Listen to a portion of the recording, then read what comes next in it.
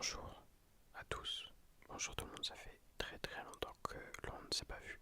La dernière fois, on avait parlé d'un homme qui avait participé à construire l'histoire. Avant cela, on avait parlé d'une série qui était pour moi historique. Et encore avant, on avait parlé de Imperium, un livre que j'avais grandement apprécié. J'ai peut-être dit les vidéos dans le désordre, mais en tout cas, on n'a parlé que de ça. Aujourd'hui, on entame un tout autre sujet, puisqu'on s'attaque à un genre musical assez récent, en tout cas en France, qui est le rap, le hip-hop.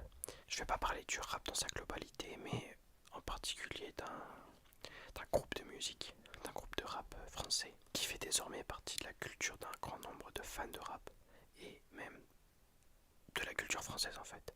Pour aujourd'hui, en fait, là vous le voyez, je voulais manger, j'avais faim, il n'y avait pas grand chose, donc j'ai mangé, enfin bref, c'est pas important. Et j'ai vu des fraises, et en fait, quand j'en ai pris une, oh merde, quand j'en ai pris une, le bruit il était trop bizarre, genre trop satisfaisant, trop cool, trop bizarre. Donc attendez, je me suis dit, pendant qu'on parle de rap, on va manger des fraises. Il faut que j'enlève l'eau parce que sinon il n'y a pas de bruit. Oui, ça peut paraître bizarre ce qui se passe là maintenant, mais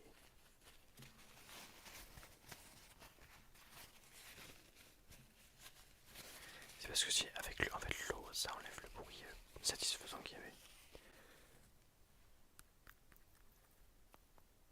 En fait, j'ai l'impression que c'est du plastique, genre.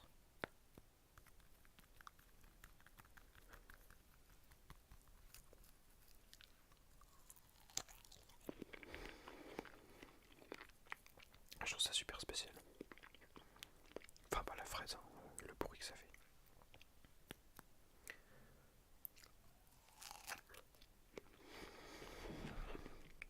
Enfin bref, aujourd'hui on s'attaque à un groupe de rap. Pas n'importe lequel. Un des groupes pardon, qui est considéré comme précurseur en France, c'est IAM. Alors IAM, normalement, pratiquement tout le monde connaît. Enfin tout le monde connaît IAM puisque ils font partie des précurseurs du rap en France. Enfin je dis tout le monde sauf peut-être Cobaladé du coup. Mais normalement tout le monde. Donc IAM c'est un groupe de rap marseillais mythique du rap français. IAM a plusieurs significations données par le groupe et ce de façon humoristique. Il parle de Impérial Asiatic Men, indépendantiste autonome marseillais ou encore invasion arrivant de Mars. Mais en réalité, Akhenaton explique que le sens véritable d'IAM réside dans cette affirmation cruciale pour eux. Je suis, j'existe. J'ai aussi vu que, sur Wikipédia, hein, je suis pas un chercheur de ouf, à l'époque de la lutte pour les droits civiques aux États-Unis, les manifestants défilaient avec des pancartes I am a man et I am en est donc la contraction. Donc je fais cette vidéo peut-être pour rappeler aux plus anciens ou aux plus grands fans un peu l'historique de la carrière du groupe I am. Et surtout pour tous ceux qui ont mon âge, je pense qu'ils ne connaissent pas I am, ou alors qui connaissent mais seulement de nom. Donc pour vous et pour moi, je vais aller écouter tout. Alors on dit bibliographie pour des livres, filmographie pour des films, musicographie, bon je sais pas. En tout cas j'ai écouté tout ce qu'ils ont fait, sauf. En fait au début j'ai écouté tout, même les rééditions, mais j'ai vu qu'il y avait des albums qui contenaient 70 titres, 70, parfois avec des musiques qui font 5 minutes, donc ça allait prendre beaucoup trop de temps. Au début, je me suis attaqué aux albums en entier, puis j'avais la flemme, donc j'ai écouté que les versions originales sans passer par les versions de luxe ou live retour pyramide, tous les trucs qui étaient extra. Et j'ai pas non plus écouté leur dernier album, Rimes Essentielles. En fait, j'ai vu que c'était pas un album, c'était un regroupement de 4 mixtapes, si je dis pas de bêtises. Et donc j'ai écouté jusqu'au dernier album, Yasuke, qui est lui considéré comme un réel album. Pour commencer, le groupe IAM comporte 4. Non, pas du tout. Je commence déjà, je dis n'importe quoi. Il comportait 6 membres jusqu'à que l'un d'eux parte et soit écarté du groupe. Donc je vais les présenter. Donc vous voyez, j'ai pris ma petite tablette pour vous montrer un petit peu les personnages. Oh. Bah elle a plus de batterie. Nice. Bon, j'essayerai de vous rajouter des images au montage. Peut-être que je suis assez fort pour le faire, sinon tant pis pour vous. Donc premier membre, Akhenaton. Oh, ok. Donc premier membre, Akhenaton. Akhenaton, c'est un des rappeurs, chanteurs du groupe. Je vais pas dire chanteur, mais en gros c'est celui qui pose sa voix sur les instrumentales. Ils sont deux. Il y a Akhenaton, un peu le pilier du groupe, c'est celui qui va parler en interview, c'est celui qui on a l'impression que c'est le leader du groupe. Et Shuriken, Shuriken c'est le deuxième rappeur. Après sinon, je pense que c'est les producteurs. Keops, c'est sûr que c'est un producteur. Imhotep, j'ai pas trop compris qui c'était. Mais je crois que c'est aussi un producteur. Kefren, peut-être également producteur. Et donc je vous ai dit qu'il y en avait un qui avait été écarté du groupe. C'est Freeman, un ancien membre du groupe. J'ai regardé, apparemment c'est dû à des clashs au sein du groupe. Apparemment la direction que le groupe prenait ne plaisait pas à Freeman. Il y a eu des désaccords, des conflits, du coup il a quitté le groupe. D'ailleurs pour anecdote, on est... bon je vois pas mais on est on est combien? On est le 4 mai aujourd'hui. Jeudi 4 mai, pas du tout mercredi 4 mai. Dans une semaine j'ai le bac. Donc moi j'ai épreuve... non j'ai spécialité pardon. Géopo SES. Et je sais plus parce que je crois que j'ai perdu ma convocation, mais en tout cas c'est mercredi et jeudi l'après-midi moi. Donc je suis en pleine révision comme vous le voyez. Enfin bref, donc attendez. Toujours les petites fraises.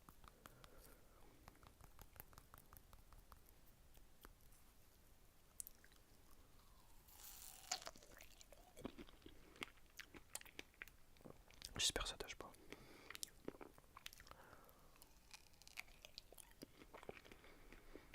Alors,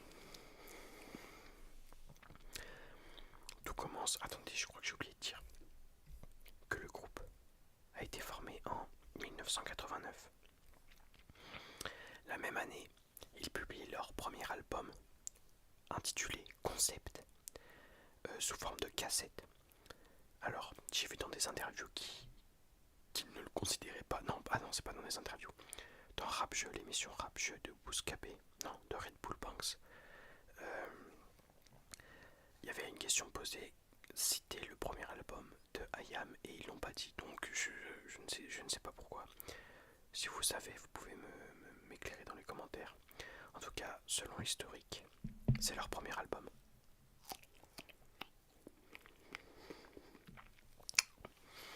Cet album, il est disponible sur YouTube dans une vidéo de 59 minutes. Donc je vais aller l'écouter. Ce que je vais vous raconter par rapport à ce que j'ai écouté, ça va être peut-être un petit peu flou puisque j'ai en réalité écouté toute leur musique il y a peut-être 2 mois.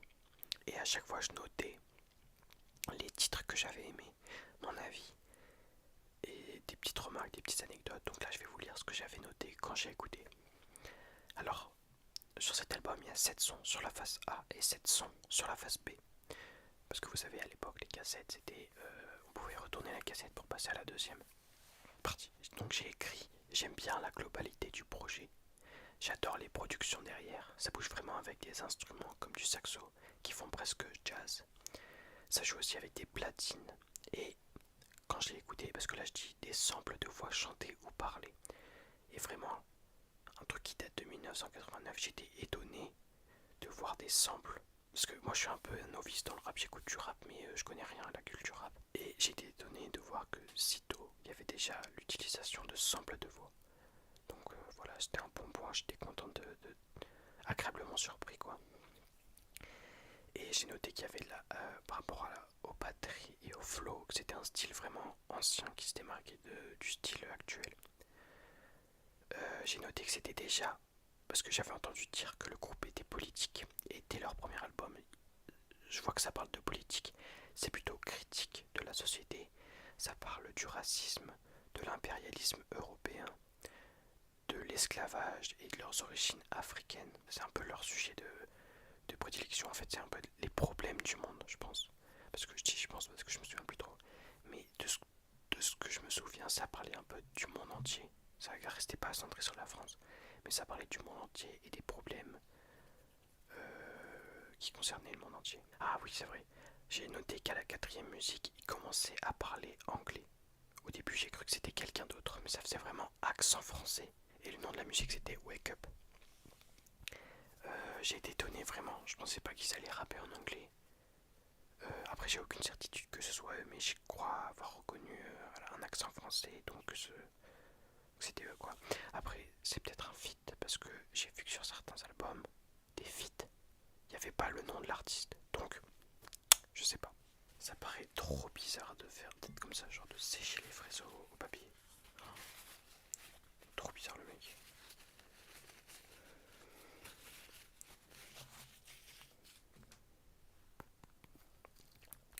Alors là j'écris, je confirme que c'est bien une critique avec la phrase mon point se place dans la face de Chirac. Dans le cinquième son, We Got the Power.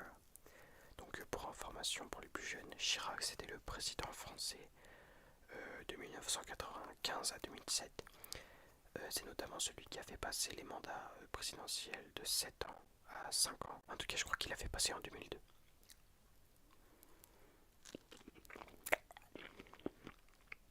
Il m'a dégoûté ce bruit. Ah ça c'est de ouf. Bon. Là j'écris qu'il y a une autre musique en anglais qui a 14 sons, 12 ans, c'est déjà super.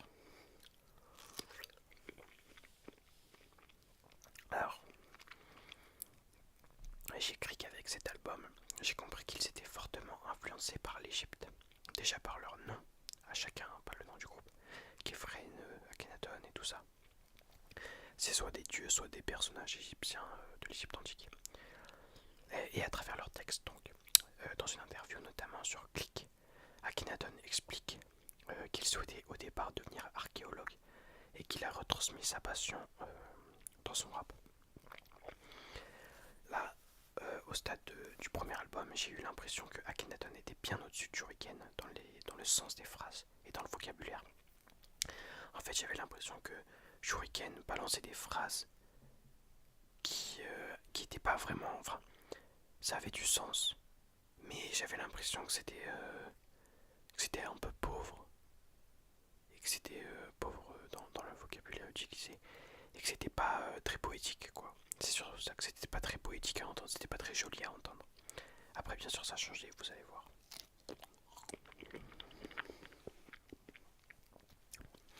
Donc ça c'était mes remarques pour 1989, le premier album concept.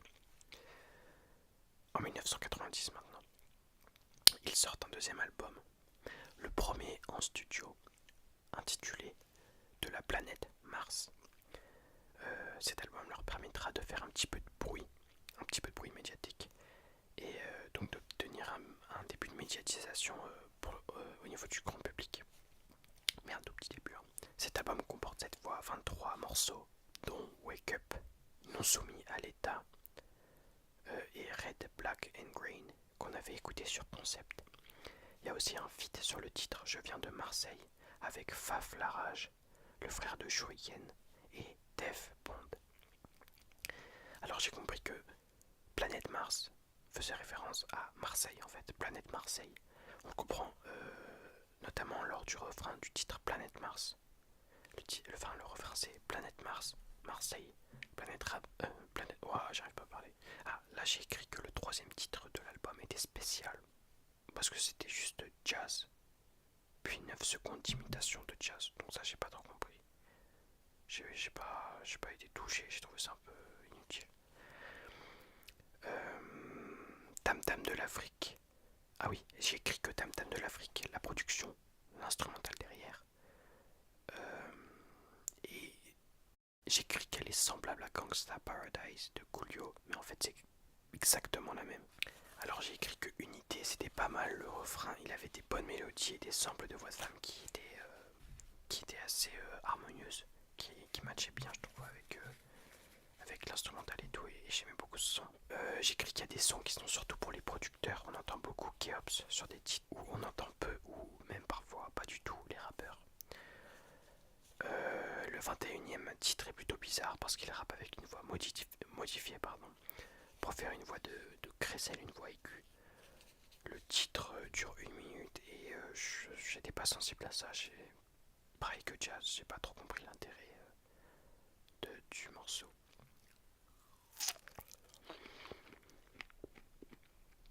À ce titre, à ce moment de la vidéo, je tiens à préciser que mon avis n'engage que moi.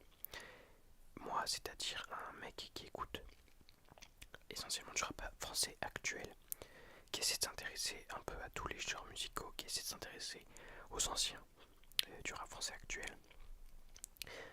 Et donc mon avis, il se base sur une comparaison avec le rap actuel, donc forcément je vais être moins sensible à ça, mais je respecte totalement tous ceux qui écoutent, qui ont écouté et qui écoutent encore IAM, parce que c'est sûr que c'est un des groupes qui a amené le rap en France, donc faut obligatoirement respecter ça, mais je donne juste mon avis, voilà.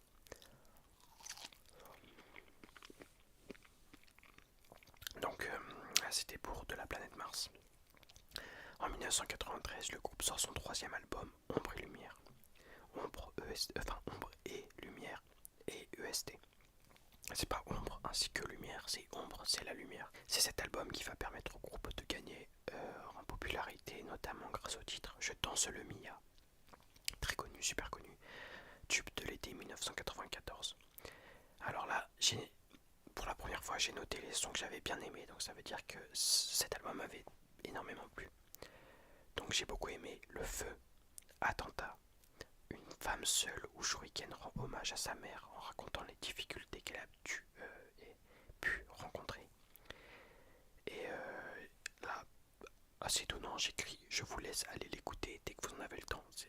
Je pense que je parle d'une femme seule qui m'a un petit peu marqué, je pense.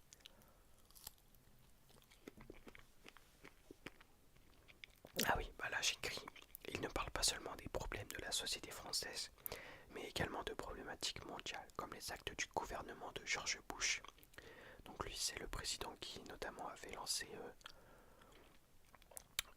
la guerre en Irak, si je dis pas de bêtises.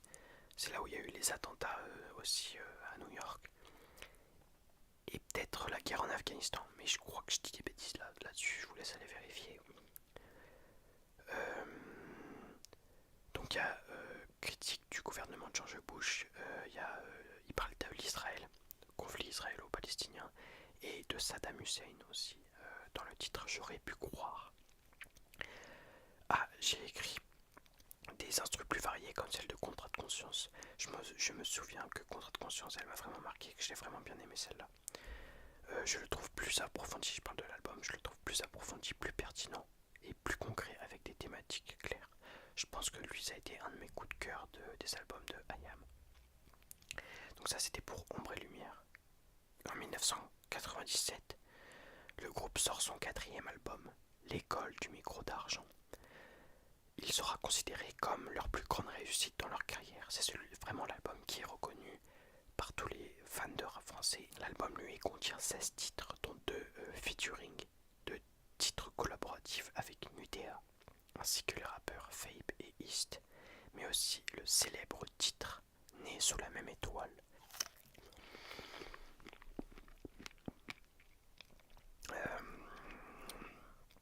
C'est d'ailleurs sur des titres de cet album qu'apparaissent les premiers clips sur YouTube de la chaîne IAM.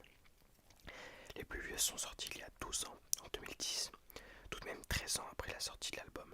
Les morceaux clippés de cet album sont les suivants: La Saga, L'Empire du côté obscur et Petit Frère. Le clip de La Saga est super intéressant, on voit des effets spéciaux de l'époque. C'est vraiment, moi je l'ai adoré voir ce clip parce que c'est super vieux, donc tu vois que les effets spéciaux ils sont pas ouf, mais en même temps tu sens que c'est très avant-gardiste et que c'est en avance. Tu sens que c'est bien maîtrisé pour l'époque. Je parlais de titres qui n'avaient pas inscrit le nom de featuring. Et bien, c'est avec le clip que j'ai découvert qu'en fait c'était un feat avec le groupe de rap super connu américain Wu-Tang Clan. Je savais même pas en fait, quand je l'écoutais je m'y attendais pas. Et là je les vois rapper et je me dis waouh, mais ils m'ont eu les bâtards. Donc les titres que j'ai aimés: Dangereux, Né sous la même étoile, La Saga, L'Enfer avec East et Fabe, Quand tu allais, on revenait. Un bon son brut pour les truands. Au final, l'album reçoit 2 récompenses aux victoires de la musique et est certifié disque de diamant. Après cette sortie, le groupe fera une pause de 6 ans pour se consacrer à leur carrière solo avant de revenir en 2009 avec Revoir un printemps.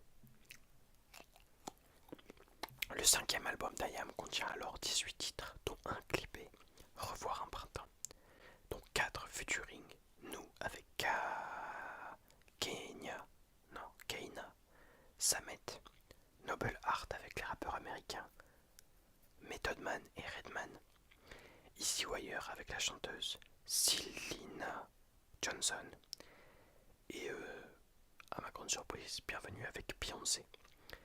Alors j'ai écrit que j'aimais un peu moins que les autres albums, mais je trouve quand même très bon. Je crois que en fait les sons que j'ai le moins aimé, c'est les featuring en fait. Alors lorsque cet album sort en 2003, l'accueil est d'abord mitigé, mais avec le recul, il est considéré par l'opinion publique, par le public juste simplement, comme l'album le plus abouti du groupe. En 2007 sort saison 5, 17 titres dont un seul feat avec Jero. Dans l'ensemble, je l'ai préféré à Revoir un printemps, j'ai plus l'impression que ça ressemble à du rap actuel. En fait, progressivement, j'ai l'impression que ça ressemble au rap que j'écoute maintenant. Les titres que j'ai aimés, c'était Tu le sais, partie 1 et 2, Nos heures de gloire, Couple Cake. Ah oui, je m'en souviens de celle-là. Couple Cake, en fait, c'est super parce que là, pour une fois, c'est un truc où ils sont allés un peu plus loin, mais qui m'a touché. Parce que dans leurs phrases, en fait, ils ont mis des bruitages à chaque fois. Par exemple, quand ils disent je coupe, et ben en fait, à la place de dire coupe, ils disent je. Ching. Wow, putain, les bruits. Je me craque les doigts, il fait je. Enfin, tu vois, à chaque fois, ils vont mettre des bruitages à la place de leurs paroles. Et du coup, je trouve ça super intéressant. Après saison 5, le groupe prend une nouvelle pause de 6 ans. Après cette pause, il sort son 6e album en 2013, Art Martien, regroupant 17 nouveaux morceaux, dont un featuring avec Fav Larage qu'on avait déjà vu sur un des premiers albums. J'écris que c'est sûrement celui que j'ai le moins aimé. Et pour cause, les titres aimés, en fait il n'y en a qu'un, c'est Pain au chocolat. La même année, le groupe sort un 7e album intitulé I Am, comportant avant sa réédition 15 titres, avec un featuring sur le titre Musique, en collaboration avec Saïd. Malheureusement, j'écris ici que j'ai l'impression que j'aime de moins en moins ce que le groupe fait, réalise et produit. Néanmoins, dans les titres que j'ai aimés, il y a Ouais c'est ça, Mister Gentil et Monsieur Nice, CQFD et le dernier titre, Renaissance. En 2017, l'album Révolution est dans les packs. Il comprend 18 titres, dont 5 collaboratifs avec une UTA, Saïd, Meriem Sassi, Tyler Woods et Lino. Les titres que j'ai aimés sont le premier titre depuis longtemps et Révolution. Pour finir, en 2019, le groupe sort l'album Yasuke, comportant 16 titres, dont 9 featuring. Self-Made Man avec Psychiatre de la rime, le groupe de rap qui comporte notamment Alonso et Soprano, enfin qui comportait, mais ils l'ont regroupé pour IAM. Eldorado avec Kalash, Remember avec Femi Kuti, Good Morning Song avec Skyzoo, et Fin des Illusions avec... Ah non, en fait, c'est pas le dernier. Fin des Illusions avec Allen Aquino, Fav Larage, Relove, Fust, Lyricist, Redka. Waouh, c'était compliqué à lire tout ça. Once Upon a Time avec JMK. JMK, c'est un rappeur actuel qui... moi, je connais pas, mais un pote à moi m'a dit qu'il était incroyable. On peut le considérer comme leur dernier album, étant donné que le projet Rime Essentiel rassemble simplement des EP. Les titres que j'ai aimés sont Mosaïque, Les choses telles qu'elles paraissent. Ah, sauf quand la meuf chante. En plus, je sais pas qui c'est. C'est ce que j'ai écrit noir sur blanc. Fin des illusions. Et là, j'écris qu'en fait, globalement, j'aime bien tout l'album. Je sais pas comment il a été reçu par le public, mais moi, globalement, il m'a pas... J'ai pas trouvé mauvais, j'ai bien aimé, ça va, mais... Toujours très ancien, en fait, c'est ça le truc, c'est que ça appartient toujours à l'ancien temps. En conclusion, je voudrais dire que cette vidéo a demandé énormément de temps, parce que j'ai dû écouter un grand nombre d'albums, contenant parfois 40, 50, 60, même 70 titres, en écoutant directement les versions de luxe des premiers.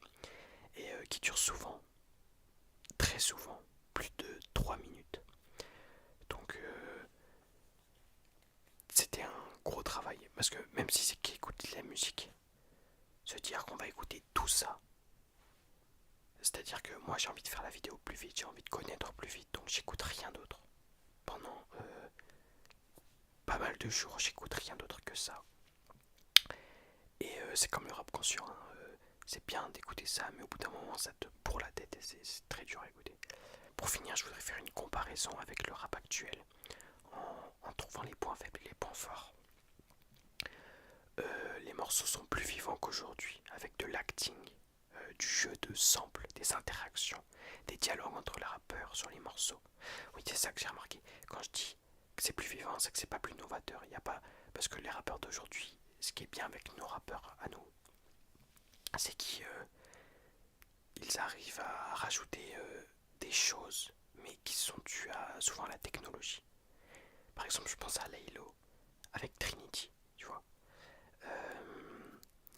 Vraiment, à part pour des albums concept comme SCH, par exemple, lui qui rajoute parfois de l'acting, bah, on retrouve plus trop ça dans le rap d'aujourd'hui. J'ai l'impression que les albums aujourd'hui c'est plutôt bam, je balance des titres et avec quelques hits et puis voilà, cadeau. Alors que là, il y a vraiment, je sais pas si je pourrais aller jusqu'à dire qu'il y a un storytelling, mais il est vivant l'album, tu l'écoutes, tu vas être surpris souvent.